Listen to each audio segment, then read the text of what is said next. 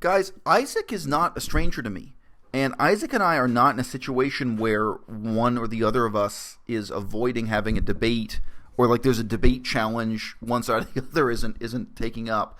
I think that some of Isaac's viewers are just so accustomed to that being the situation.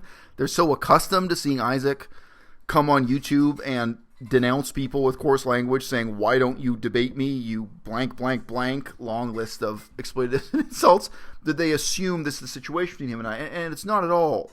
Isaac and I have our differences, but our differences, ethical, political, and otherwise, are largely outside the dotted line of veganism proper, the questions of vegan politics. If Isaac were to chat with me tomorrow, I would probably just ask him very open-ended questions of pragmatics. And when I say pragmatics, I mean the most pragmatic of pragmatic questions, like, what are you planning to do in the next 6 months? What are your plans for the next 5 years for veganism as a movement? And, for what he can do in his role as someone who now has stepped forward as a leader in the vegan movement, which is what he is. I mean, there's no doubt about that. And I do think that Isaac is someone who has fundamentally good intentions within that dotted square. He's someone who wants to see progress for the vegan movement. He wants to see, this movement step forward. He wants to see veganism as a diet and a lifestyle and a moral, ideology really, become something very dominant and influential in Canada, the United States, if not the world more broadly. So, with those good intentions having been noted, that's really all I'd have to ask him. It's not as if there's some outstanding bone of contention to debate. And the other side is, as I've said in opening this video, he and I aren't strangers. We probably spoke over the phone. It's not really the telephone. We spoke via internet voice chat, but let's use the word phone. We spoke over the phone for something like 3 hours back when I was in China, and I did challenge him. We had a conversation that I would say was challenging for him on quite a long list of issues, including issues of race and racism, questions about the biological determinacy of intelligence, and at that time I think he was very much under the influence of right-wing rehabilitations of a book called The Bell Curve, a book that has been broadly discredited as bad science, whatever you want to say, as racist in its intent, and as not valid in its data, in its factual claims, and so on.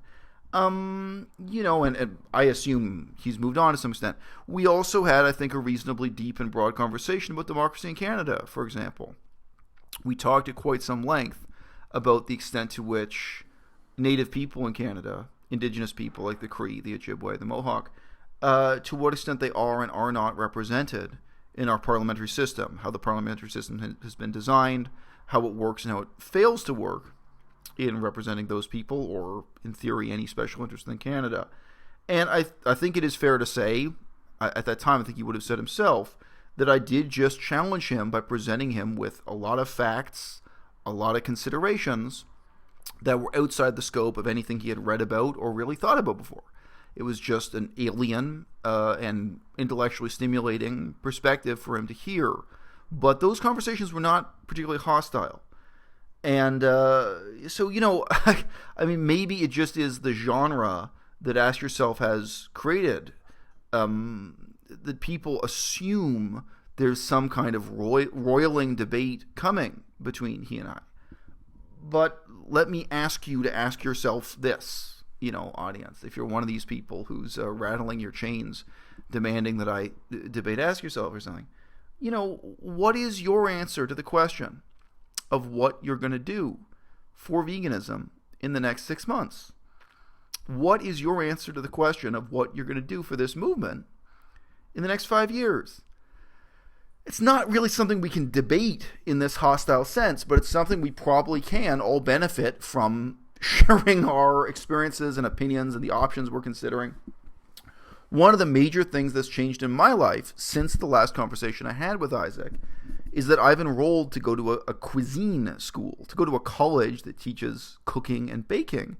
And I'm going to pursue a degree as a baker. And, as part and parcel of that, I've pointed out in some recent videos, we have a lot of baking equipment here now. We're already starting to study and practice baking here around the apartment. Why am I doing that? Well, I can tell you this. If I wasn't involved in vegan political ideology, if I wasn't involved in veganism as a movement, if I wasn't an aspiring vegan activist, I would have absolutely no reason to be pursuing a diploma in baking, to be learning how to bake in a formal college program. So that's a radical and fundamental change in my long-term career outlook, and where I'm looking at working in the back of a kitchen and probably washing a lot of dishes and scrubbing down a lot of mixing machines and proofers and all that stuff. I'm looking at that to try to create a basis for meaningful vegan activism in the future of this movement. Now, I think at any given time, the last time I talked to Isaac, he was thinking about putting together a kind of political roundtable of people with contrasting opinions and trying to do something like a podcast or discussion group where, I don't know, once a week or once a month or something, these people with contrasting opinions talk. When you have a conversation like that, it's not going to be a debate. It's going to be like, well, each side is probably going to say, this is what I've been looking at doing. This is something I've been thinking about trying. Here are my concerns. Here are my hopes. Here are my expectations. I see no reason in terms of what's within the dotted line of veganism why Isaac and I couldn't have a totally, productive, polite conversation along those lines. Because even if what he and I are considering doing for the future of the vegan movement is completely different, if we're using a completely different set of strategies and tactics, it's clear that each of us in our way is looking to make a positive contribution to the future of the movement, and we both have the best of intentions within those dotted lines. Now, you guys already know, do I think that Isaac has the best of intentions when he's making excuses for the racism of Corey McCarthy? No, I don't. There are a lot of political issues, I think, outside of and alien to veganism where he takes positions that, from my perspective, are just kind of bumpkin ignorant and deeply embarrassing. And I hope one day he moves on and becomes more sophisticated and more well-read, and he looks back at that and laughs. One of my real problems with Direct Action Everywhere, DXE, is that they never look back and laugh. That's a movement that's changed a lot. They keep moving the goalposts. They keep rewriting their unwritten constitution. But you never get them admitting that they made a mistake or even admitting that they made a change. They change things and they lie to you as if that's what they've represented all along. I find that very dishonest. I think that Isaac is at a stage in his life where inevitably he's going to both learn new things and adopt new attitudes and look back at what he believed in or assumed or said in the past and laugh at it. And that's perfectly healthy and perfectly normal. On that, I wish him the best. But again, it's not something we can really debate. I'll say something else. I do think that Isaac lacks the hubris to imagine that what he's doing is what everybody ought to do. I don't think that I don't think he presumes that I should live the same life he's leading or that my YouTube channel should imitate his. And believe me, I've dealt with other people, vegans on YouTube, where that really is their assumption. I think Isaac is aware that he's a somewhat eccentric figure, and to some extent he's a dissident, not just a dissident within Canadian culture or within the Western political milieu generally. He's a dissident even within veganism. He's on a somewhat narrow, eccentric path that very few other people could walk or would want to walk. And I can say that about myself also to some extent. I can say that, I'm aware that the things that make me happy would make other people miserable. That the choices I make morally, ethically, politically, personally, and professionally, even in terms of scholarship and research, it's not for everyone. So that is a particular type of hubris that he lacks and type that I lack. There's a link below this video you guys can click on. Some of you might have already seen this. Just a few days ago, I received a message from a young person who was contemplating suicide, and then I tried to offer some advice in reply to that. I'm not going to read the whole thing here, but I opened my advice to this suicidal 17-year-old with the following caveat. I said, quote, "There's a parallel here. In offering advice to this person, there's a parallel here to the advice that I would offer you about diet. People ask me, what should I eat?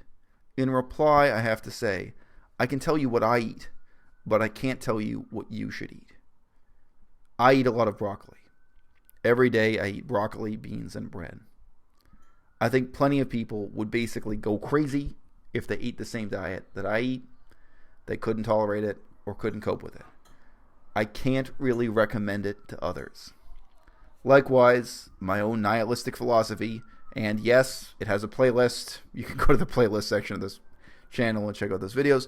My own nihilistic philosophy isn't something that I can easily recommend to others. This is the first big caveat I need to state before offering advice of any kind. So, end of quote.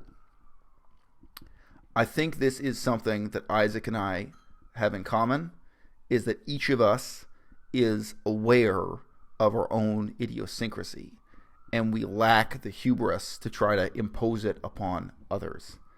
By the same token, that idiosyncrasy, that eccentricity, has taken he and I down very different paths, and outside the dotted line of pragmatic questions of what can we do and what should we do as individuals for veganism, there are indeed deep ethical and political differences that separate us.